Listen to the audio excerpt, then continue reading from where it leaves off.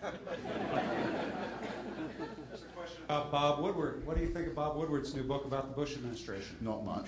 I mean, it's another piece of his seasonal stenography.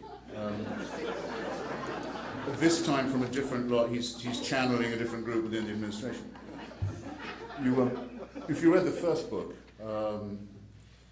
I've written a long piece about this in the Atlantic, which you can look up, about the different styles in books of Bob Woodward and the various mutations it undergoes. But you can very easily tell who his sources are.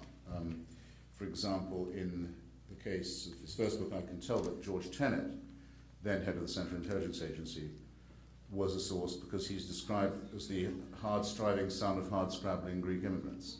And he's also quoted quite a lot of the time in his own quote marks. Not all the quotes are blind, which is, by the way, how we know a very interesting thing about Mr. Tenet, which I'll share with you if you like.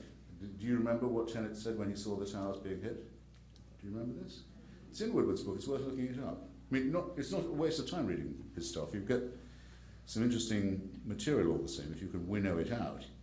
So Mr. Tenet is having breakfast with former Senator David Boren of Oklahoma, who had been his great patron on the Intelligence Committee for a while. And they're chatting on, and I'm willing to accept Tenet's word that's in the book that they were talking about the danger of Al-Qaeda. Maybe they were. It's not impossible. And then the men with the earpieces come piling into the room. They came running in. It's clear that Director of Central Intelligence is not late for his next meeting. Something has happened. And they turn on the television and they see it happen. And so we know exactly what the first words said by any American intelligence official were in the first few moments of the post-9/11 era. And you know what the words were? Gee, I hope it's not those guys in the flight schools in the Midwest. Not quite good enough, is it? I mean, I can think why he would hope it wasn't them, because he was the only one who knew they were there.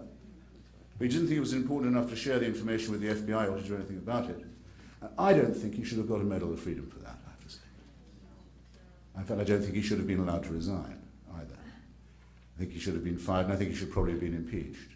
But I digress. I mean, in other words, you can find these nuggets in Woodward's book, but as you can see, tons of you must have read that book, but it's so boring you didn't notice that incredible confession. I get paid to read these books, unlike you, so I have more of an incentive.